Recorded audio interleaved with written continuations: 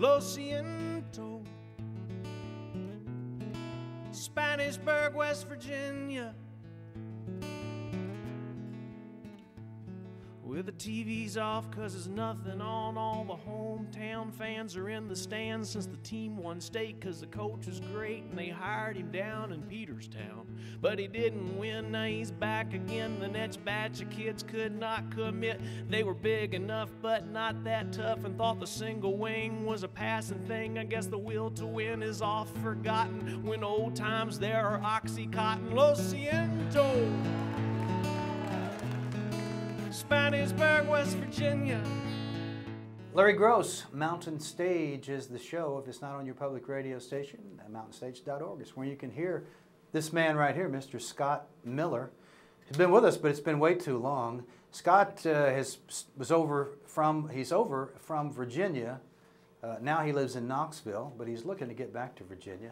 But he did the right thing and married a West Virginia girl. So we got a half a claim on him. He's a great songwriter and singer. And you might have heard of Scott first with a group called the V-Roys. That's right. That's where you first came, I think, to kind of national prominence. People heard of the V-Roys because you were on Steve Earle's label. Steve Earle's label, and right at the Warner beginning. Brothers, actually. Yeah. Our second record was a Warner Brothers record. So how long was that band going? I always say we did 5 good years and a 6-year band. So 1999 was our last show. And then I moved to Sugar Hill. And then you had how many records on Sugar Hill? 4. 4 records on Sugar Hill. And that led to a very interesting gig that he had for 2 years with the Blue Collar Comedy television show.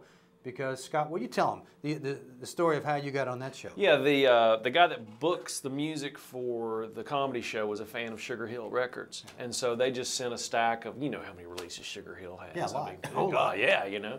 And he picked us out of there. And I flew down and met with Foxworthy, and he made sure I was nice. And yeah, it was, like I told you, television is a different world. Yeah. You know, there's a lot of people working for just that much time and a lot of money. Yeah. So. Yeah, so you did it, and it came. It's on the resume. A lot of folks saw it, and you didn't. What, you only shot for 3 or 4 weeks a year, or per fall? It's spring about and fall? 6 weeks. Yeah, spring and fall. Yeah. It'd be that 3 weeks So, at a time. you know, it wasn't all that bad. And then your group at that time was the Commonwealth. Right. And you and the Commonwealth were together from when to when?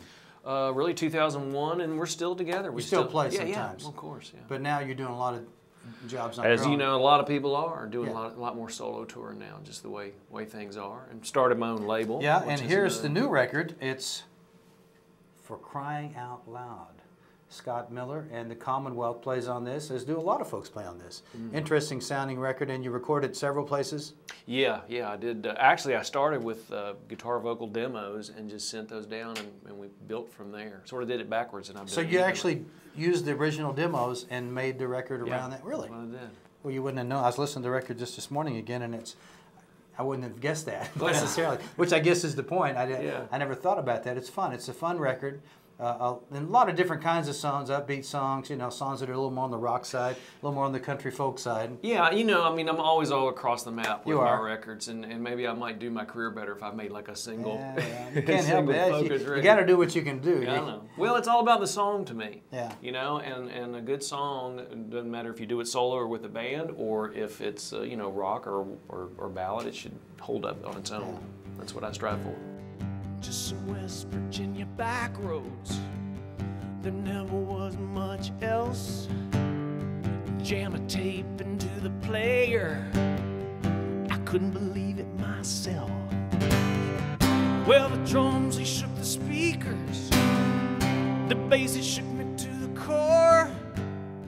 If the boss had been a preacher, he could have led us to the Lord. She knew all the lyrics, and they sang so true. Just two rock and roll spirits with nothing better to do.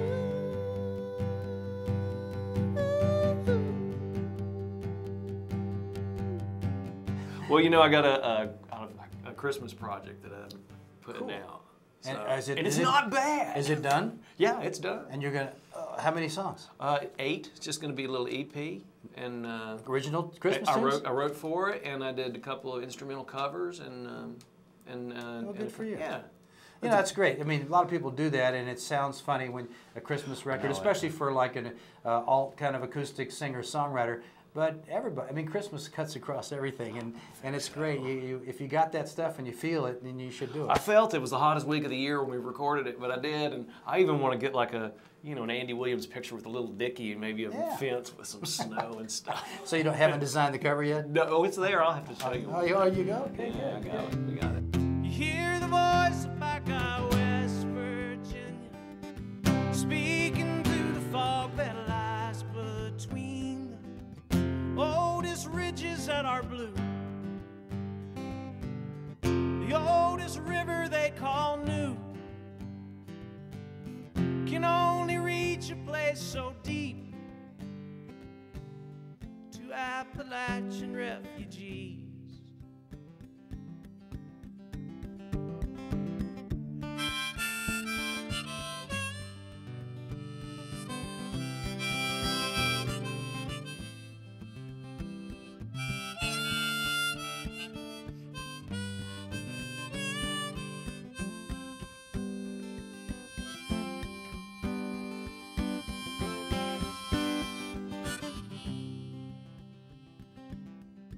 You write regularly, or does it just come when it comes? I keep a notebook, but like I was off the road this month, and I live in Knoxville, and when the university is out, it's easy to find an apartment, you know, because the students are gone. And so I rent a room, and I'll just put a typewriter and a table and a guitar, and I'll just go in. That's what I just spent the last month doing. So you actually set up an office, and you go in and write, like just like the writers that are like a real pro. Just boys. like on Music Row, you just go in every day and write for however many hours. I've developed somewhat of a system. I go in and like the first week or first few days, I will just do 3 pages. It doesn't have to rhyme, single space type, because my handwriting's bad, but just pour it out as much and hard as you can. Whatever you can think of. And then you go back and start figuring out what your brain was saying. Oh.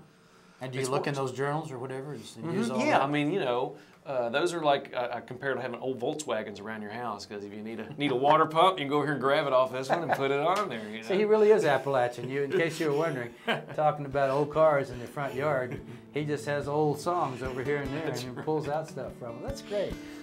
May your back be straight and your fingers 10, and may your cup be full when you say when, and may your parents be so that they always let you grow, and may your heart be so pure it's one that God wants to know. Scott Miller, For Crying Out Loud is the name of this record, and a Christmas record will be out by the time you are looking at this. Go on. What's it again? ScottMiller.com? Yeah, thescottmiller.com. TheScottMiller.com. And I don't know when to release that Christmas record. I don't have to, you know, you don't want to offend.